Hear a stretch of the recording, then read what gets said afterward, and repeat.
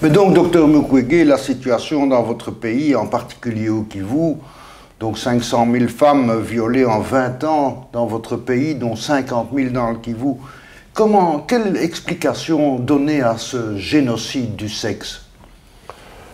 En fait, le viol a été largement utilisé comme une arme de guerre à l'est du Congo, et c'est une arme qui fonctionne parfaitement bien pour les personnes qui utilisent cette arme. Donc, ce qu'on a vu, c'était une véritable stratégie, puisque, en fait, recruter des jeunes, des enfants de 10-12 ans, leur donner des armes, leur faire un lavage des cerveaux, et puis, en fait, les lâcher avec des ordres bien précis pour aller terroriser les populations.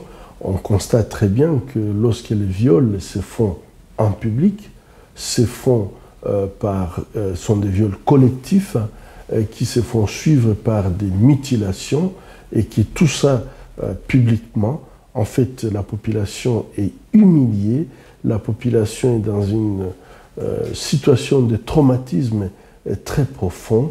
Je crois qu'aujourd'hui, en fait, on voit très bien que cette guerre psychologique qui consiste à terroriser au maximum les populations, c'est une guerre qui marche très très bien. Et donc, ceux qui l'utilisent ont compris qu'ils avaient bénéfice, parce que ça permettait à ce que les populations, finalement, quittent leur village, abandonnent tout derrière eux pour aller se confiner dans des villes. Et donc, après, les seigneurs de guerre régnaient en maître absolu sur les biens, sur la population, que les seigneurs pouvaient utiliser même comme esclaves pour, en fait, creuser des mines pour eux, et donc ils les achetaient à des prix vils. Et donc c'est une arme qui marche, puisque on ne voit pas sa femme violée, on ne voit pas ses enfants violés, et qu'on reste normal après.